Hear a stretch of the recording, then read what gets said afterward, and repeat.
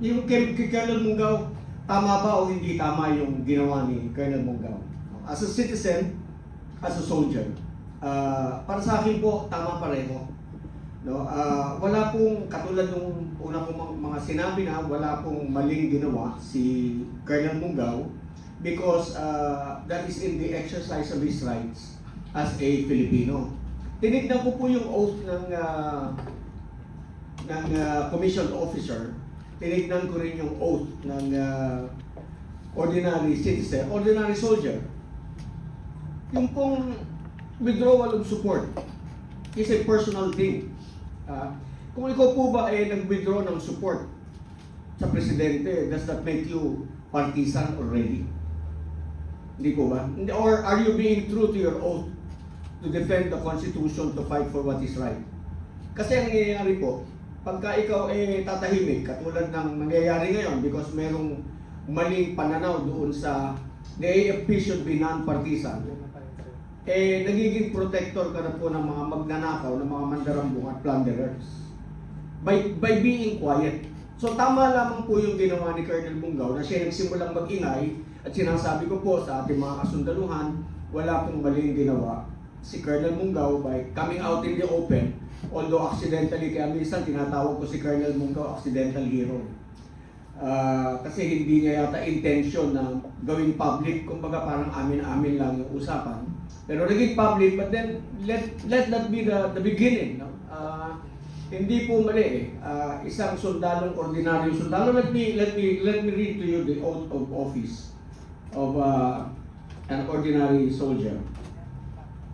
An ordinary soldier, sabi niya, I do solemnly swear that I will bear true faith and allegiance to the Republic of the Philippines. That I will serve it honestly and faithfully against all its enemies whomsoever. Paano kung yung enemy is within? Like what is happening right now. That I will support and defend the Constitution of the Philippines, that I will obey the orders of the President and the orders of officers appointed over me according to the rules and articles of war, and that I impose this obligation upon myself voluntarily without mental reservation or purpose of evasion. Yan po yung ordinary soldier. If you withdraw your support to the President, you are not violating your oath. You are actually doing it in keeping with your oath. Okay? So, kasi, dito po kasi sa ating sitwasyon ngayon, ang merong allegation na merong malaking kasalanan sa Pilipino, sa taong bayan, yun mismo ang Pangulo. And so, wala tayong magagawa. Kailangan, we should make a stand. Are you going to remain silent and therefore be interpreted as a protector of the magnanakaw and the plunderers in government? Or are you going to stand up and say, I withdraw support? Dapat nga sundan na yan dumami na.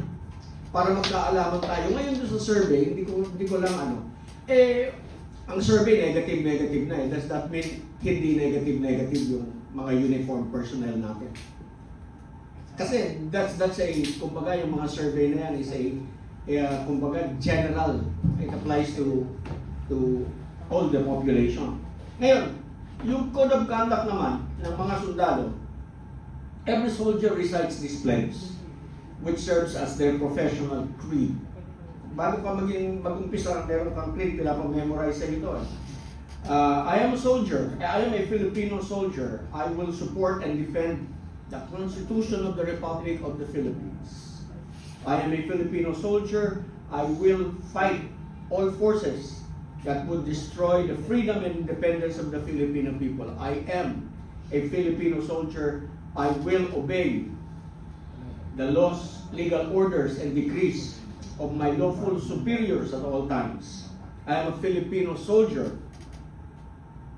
I will uphold the supremacy of civilian authority over military in war and in peace. I am a Filipino soldier. I will live and die in the true Filipino tradition of valor, honor, duty, and loyalty. To all this, I pledge my life, my treasure, my sacred honor. So, meron bang na-violate dito si Colonel Mungao by doing what he did, by declaring he is withdrawing his personal support for the President? Palagay ko po wala.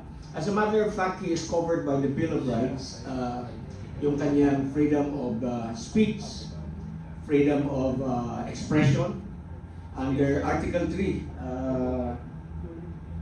Section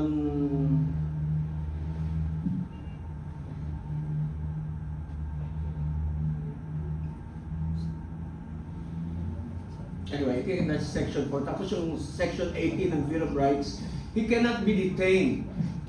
Now, if they're detaining him, we want them to know that he cannot be detained by reason only of his political belief. Wala na siyang tiwala sa Pangulo, and he was brave enough to declare that I can no longer support the President.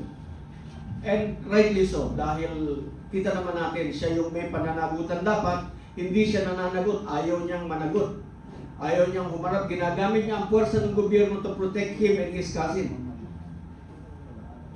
Yung mga kasundaluhan naman natin, pumapayag na gano'n ang mangyari. So siguro magsimula na sa ibaba, para maramdaman ni General Bronner na ang sentimiento ng mga sundalo niya. Pero hindi ko sinasabing si General Bronner hindi professional soldier. He's a very good, very professional soldier. Kaya lang, nananatili rin siya sa kanyang paniwala na kailangan ng partisa. But non-partisanship does not mean if you withdraw your support for the President kasi kailangan niyang managot, ginagawa niya pa rin yung kanyang tungkulin.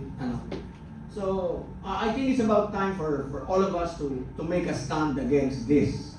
Hindi pwedeng lahat ginagamit ng gobyerno ang kanilang buong resources to protect the criminals among us. Alright.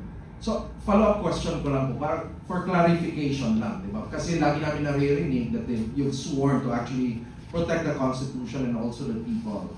And also in the context of the Articles of War, ano po ang limitations nun? Because some people understood that as, trying also protecting the Commander-in-Chief. Are there limitations to that? At which we say, pag nag-cross ng line na to, this is where I make a decision as a soldier. Yung Articles of War kasi tinignan ko Article 96 and 97. Article 96 is unbecoming of an officer and a gentleman.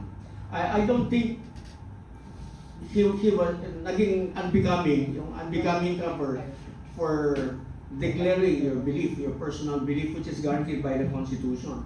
I do not believe that they can dismiss him from the service on the ground of Article 96 or kahit 97 because wala naman siyang sinabing inimical to the interest. Hindi niya nga siniraan ng armed forces, hindi rin niya. Ang sinabi niya, I remain loyal to the Republic, I remain loyal to the armed forces of the Philippines. So walang Article 96, walang Article 97. I don't know kung saang bulsa ng Panginoon nila kukunin yung ididemanda nila kay Colonel Mungao para siya ay parusahan or i-discipline. Actually, he is in keeping with his oath, actually. Yun yung sa akin, no? Ginawa niya dahil siya ay tunay na sundalong Pilipino na true to his oath, true to his creed. Talagang yun din dapat ang maintindihan. Meron yung pulis at one time yung ordinary policeman na dinismiss nila for also withdrawing his support for the President. I think that has to be corrected as well.